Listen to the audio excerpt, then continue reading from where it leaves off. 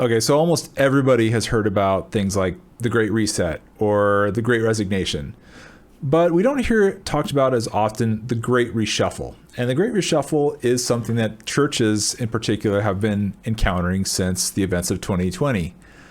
Now, as you recall, 2020, a lot of churches, people couldn't actually go to church. Some regions, some areas, churches were actually closed down. People couldn't go. And so people entirely started to do online services or online engagement with their churches. Now, this created a bit of an issue in that nobody really had a lot of visibility into who was still actually attending and who wasn't.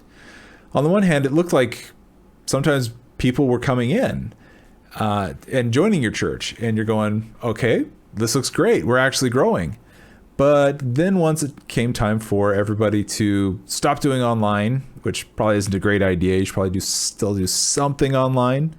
But a lot of places either ceased doing online or they cut back with online quite a bit.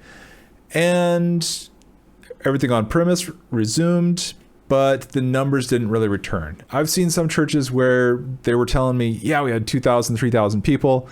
You go there and on their Sundays right now, instead of having 2,000, 3,000 people showing up on a Sunday, it's more like a few hundred, 300, 400, 500 even.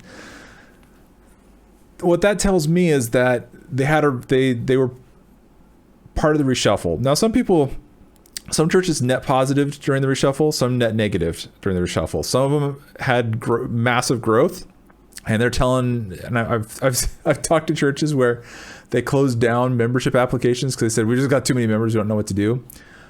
Which, by the way, that means that you failed along the way on your discipleship process, right? Like, you should have been pipelining so many more people through your discipleship process to be able to help you pastor those people as they came in. But hey, that's a great problem to have, right? That aside, wherever you came out in the reshuffle, when you go walk out into your church, you're going to notice there's new faces out there, but there's a lot of faces that are just missing. They used to be very regular, 2019, 2018. You'd see them all the time. You haven't seen or heard from them since then. Now, this creates kind of a pastoral problem because you need to know whether or not somebody is still actively attending your church. You need to know if somebody has dropped out from church entirely or if they have changed church. There's going to be people that have changed churches. They were either... they had a chance to shop around. They may have figured out, hey, I really wasn't that connected to my church to begin with. And let's face it, there's a lot of people that aren't that connected to your church. And there wasn't a lot holding them there. And once they didn't actually show up every week, they went, well, I'm going to try out some other churches. Everybody else has their stuff online too. Let's see what everybody else has got. And that's what they did. And they changed churches. That's fine. You just need to know about it now so that you're not still kind of pursuing them or thinking that they're still part of your church or that they're still like on your member roll or have voting eligibility or things like that. You need to kind of clean some of this stuff up. And I know it's a mess. I know it's difficult, but it has to be done because you need to know who you need to be pursuing to come back to church. You need to be figuring out who is still active, but they're online only. You need to figure out who has started to show up to your church, but just hasn't necessarily registered for any events or anything yet. So this is where, again, your church management system really comes into play. And what you want to do is the same thing that you would do at least once a year, which is send out emails asking people to update their info.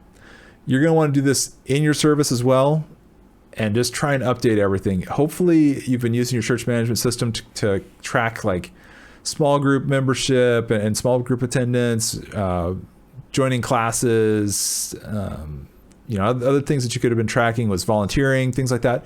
Those are people you can kind of exclude. You probably have good info on them, but everybody else, you need to find out like what's going on with them. So you need to be taking all those contacts that you've got. If they haven't been actively involved in anything, you're going to have to hit them with an email and a form and say, hey guys, look, we want to do the best job possible to pastor you guys. So what we're asking you to do is help us update your information so that we know where to contact you, and we know what your situation is, and please help us to do that.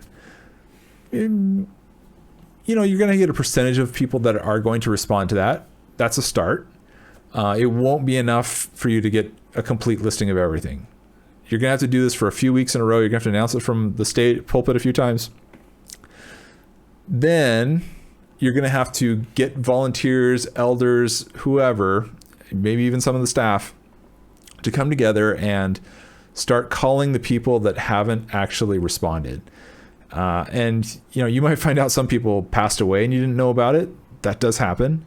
You're probably going to find out that that some people have just like completely changed church and just never mentioned anything. That's great. Okay. God bless you. Hope things go really well for you at your new church.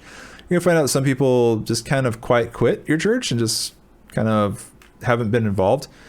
And then you're going to find that some people, they've only been engaging with like your online content or just watching your live stream or something like that. Okay. Those are people that you want to pipeline from, your digital to physical kind of pathway. And then some they're going to go like, oh, dude, I've been coming every week. You didn't see me. It happens. But at least then right? And a good thing to do during these processes, ask people, hey, while I've got you on the phone, man, is there anything that we could be doing better? Is there any way that we could be helping you reach your friends and family? Is there anything that we could be doing to help make an impact in the community?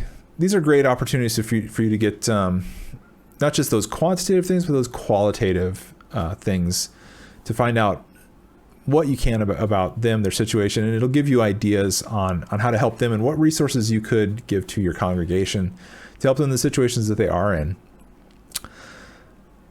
All right, so I hope that has inspired you guys to get out there and start the process of finding out who is still actually, who considers themselves to still be attending your church, whether they're showing up or not. And then from there, you're going to be able to focus in on tracking people into the courses that they need to go into, or really the pathways that they need to take to further their discipleship journey. All right. That's all I have for you guys this week, and I look forward to talking to you guys again next week.